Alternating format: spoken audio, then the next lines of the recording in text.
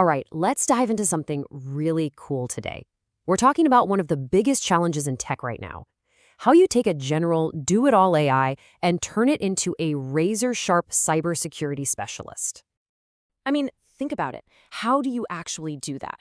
You've got these incredible large language models, LLMs, that can write a sonnet or explain quantum physics. But how do you give them the street smarts to hunt down digital threats? Well, that's exactly the puzzle we're going to solve today. And this really gets to the heart of the problem. You see, on one side, you've got your generalist LLM. It's a brilliant jack of all trades. But on the other, you need a specialist, an expert that can spot a tiny flaw in millions of lines of code, a flaw that could lead to a massive data breach. The generalist's knowledge is a mile wide, but for security, you need it to be a mile deep. So yeah, this is what we call the generalist AI problem. It's this huge gap between what these amazing models can do and what we absolutely need them to do in the super high-stakes world of cybersecurity. Because look, without that specialized training, a standard LLM just isn't going to cut it. In security, you need insane accuracy, you need lightning speed, and you have basically zero room for error. A general model right out of the box, it just can't meet those demands. So how do we fix this? How do we bridge that gap? Well, that's where our adaptation toolkit comes in.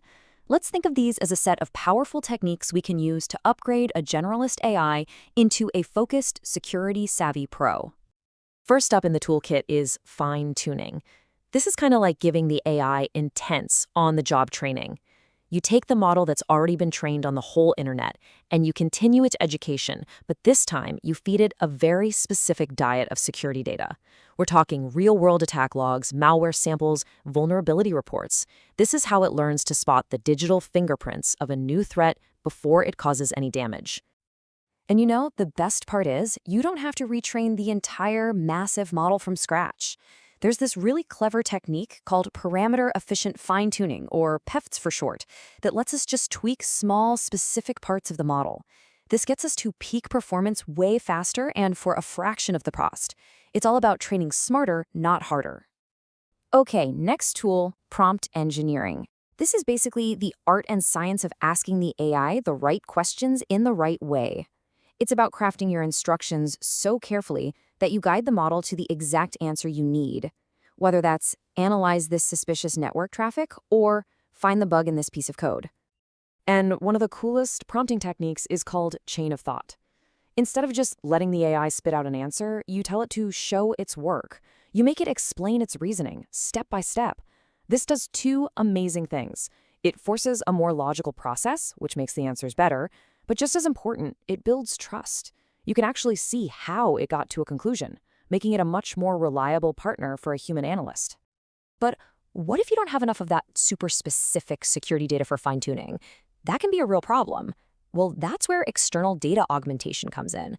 We can basically give the AI a live feed of public expert knowledge, hooking it up to things like CVE databases, the latest threat intelligence reports, you name it. This just massively expands its worldview. The benefit here is huge. It keeps the AI's knowledge totally up to date. This is what allows it to understand brand new threats as they emerge and adapt to attack methods it's never seen before. It's the secret sauce for keeping the model from becoming yesterday's news.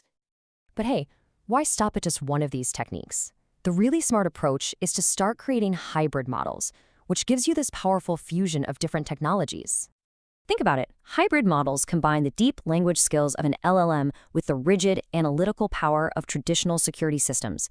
So the LLM might be great at spotting the subtle, deceptive language in a phishing email, while the old-school system flags the malicious file attached to it.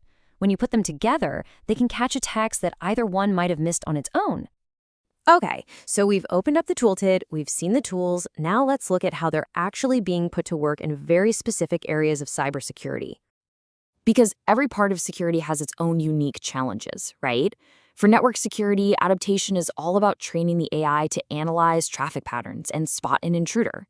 In software security, it's about scanning code to find those tricky vulnerabilities before the bad guys do. And it can even get down to hardware security, helping to detect tiny design flaws at the chip level. So let's do a quick recap of our toolkit. We have parameter-efficient fine-tuning, which is all about cutting costs while boosting accuracy. Then there's chain of thought, which gives us transparency and makes the AI more reliable. And finally, feature augmentation, our secret weapon for when we just don't have enough specialized data. Each tool has a very clear, very specific job. So we've covered the what and the how, but now we get to the most important question of all. Why? Why does any of this really matter? Because the payoff is massive. This isn't just some academic exercise. Applying these techniques delivers real, tangible, game-changing results for anyone trying to defend a network. So let's talk about the key benefits. By adapting these LLMs, organizations can seriously improve their threat detection accuracy. They can speed up their incident response time, which is critical. They solve that huge problem of not having enough data. And you know what? They can even reduce the operational costs for their security teams. These are huge wins. And really, this is the key takeaway for today. These adaptation strategies are what turn LLMs from just a fascinating piece of tech into practical, high-impact tools that can fundamentally make our digital world safer. And that leaves us with one final and pretty critical question to think about. As our defensive AI gets smarter and stronger, what happens when the attackers get their hands on the very same toolkit and turn it against us? That is the next chapter in this cybersecurity arms race, and it's something we all need to be ready for.